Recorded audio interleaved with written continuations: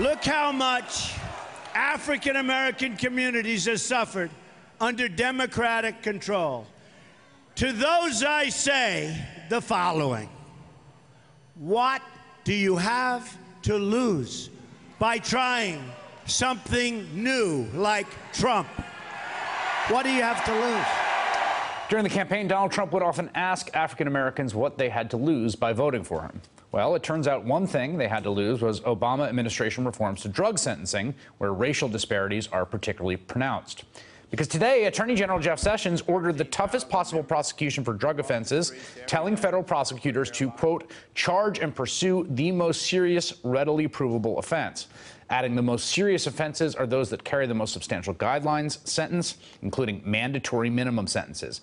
This step towards bringing back the heyday of the so-called war on drugs rolls back policies put forth by former Attorney General Eric Holder. Mr. Holder responded with a statement that reads in part, "The policy announced today is not tough on crime, it is dumb on crime. This absurd reversal is driven by voices who have not only been discredited, but until now have been relegated to the fringes of this debate." Joining me now, Sharylin Ifill, President and Director Counsel of the NAACP Legal Defense Fund. First, let's start with what the impact of this is. Well, the impact of this is that it's taking us back. It's interesting in the clip you just, Trump said, try something new. This has been tried. This has been tried and discredited. And so now we're back to something that really was pressed by Attorney General Ashcroft, which is that you charge, the highest, most serious offense you can charge of anyone that is violating the laws, the federal laws under the drug laws. And what that's produced is like this swelled federal prison population because you're sending people away for exorbitant periods of time for what are essentially minor offenses. What Attorney General Holder did in 2013 when he announced his Smart on Crime initiative was to say, you don't do that. You target the most dangerous criminals who are engaged in the most serious offenses, and that's where you put your resources. And under that, new policy, the prison population actually was reduced under the federal started to come system. down. Absolutely, from 220,000 to 190,000 between 2004 and today.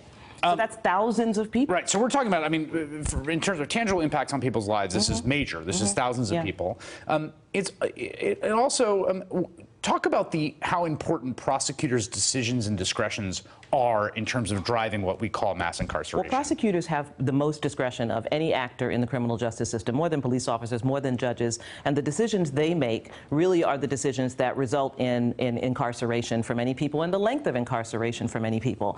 And what we recognize is that we need to give prosecutors the tools, particularly reform-minded prosecutors, to make smart, what Attorney General Holder would call smart decisions about who to prosecute and what kind of sentences to seek for those individuals. The good news is that, at the state level, I think that's been kind of inculcated. You might have heard today that the new president-elect of the DA's Association said, now states, we're probably not going back to that. We recognize that wasn't smart. And so that's a professional organization of prosecutors. The professional organization of prosecutors. So what we had hoped before was that the federal government under Attorney General Holder and Attorney General Lynch was going to lead and make an example for the states. Now we're going to need the states to make an example for the federal government because Sessions is wedded to this old way. There was this Paul Ryan last year, I believe, on criminal justice reform. I think we overcompensated on some of our laws. We had so many mandatory minimums, 3 strikes you're out. We ended up putting people away from long prison terms. We could have had alternative means of incarceration. Jeff Sessions now defends what he's doing, saying it's not low-level drug offenders. What does this mean for the politics of crime, which many people thought the Koch brothers and Cato and all these conservatives were coming along towards decarceration?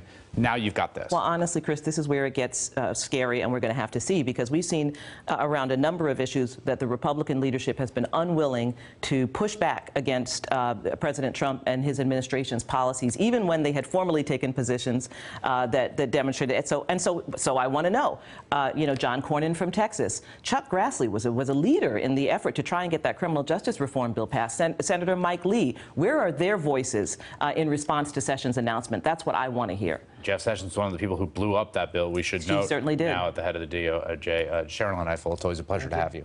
Hey there, I'm Chris Hayes from MSNBC. Thanks for watching MSNBC on YouTube. If you want to keep up to date with the videos we're putting out, you can click subscribe just below me or click over on this list to see lots of other great videos.